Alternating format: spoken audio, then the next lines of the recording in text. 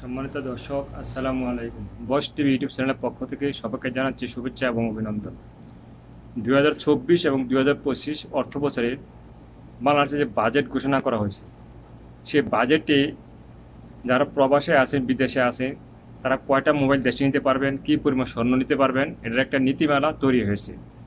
আগে আমরা অনেকে 5টা 6টা মোবাইল দেশে নিয়ে যেতে পারতাম, কিন্তু এখন আর সেটা সম্ভব না।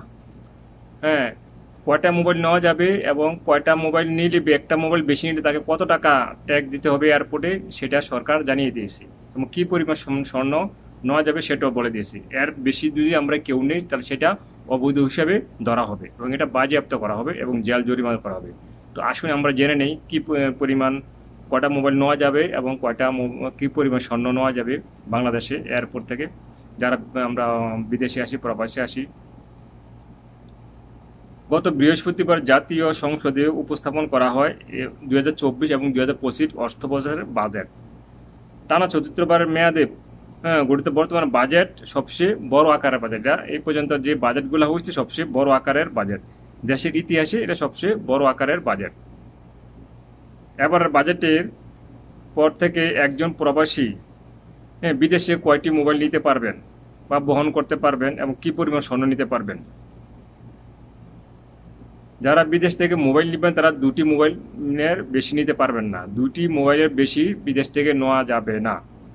যেমন এখানে বলা আছে যে 2টি মোবাইল ফোন শুল্ক কর পরিশোধ ছাড়া দেশে নেওয়া যাবে। এর বাইরে একটি মোবাইল বেশি নিলে তাকে শুল্ক এবং কর পরিশোধ করতে হবে। এক্ষেত্রে 30,000 টাকা দামের মোবাইলের জন্য 5,000 টাকা, যারা 30,000 টাকা মোবাইল নেবেন তাদের 5,000 টাকা কর দিতে হবে। আর 30,000 থেকে 60,000 টাকার মধ্যে মোবাইল নিলে ধরুন 10,000 টাকা কর দিতে হবে এবং 60,000 টাকা বেশি আর উপরে মোবাইল নিলে তাকে 25,000 টাকা কর দিতে হবে।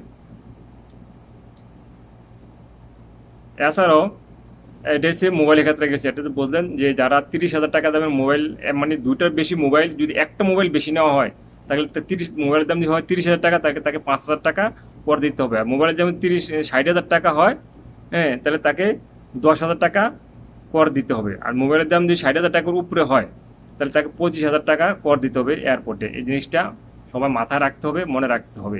হুট করে বন্ধু বান্ধব মোবাইল দিল দেশে নেওয়ার জন্য, নিলে এয়ারপোর্টে কিন্তু ধরা খেতে হবে।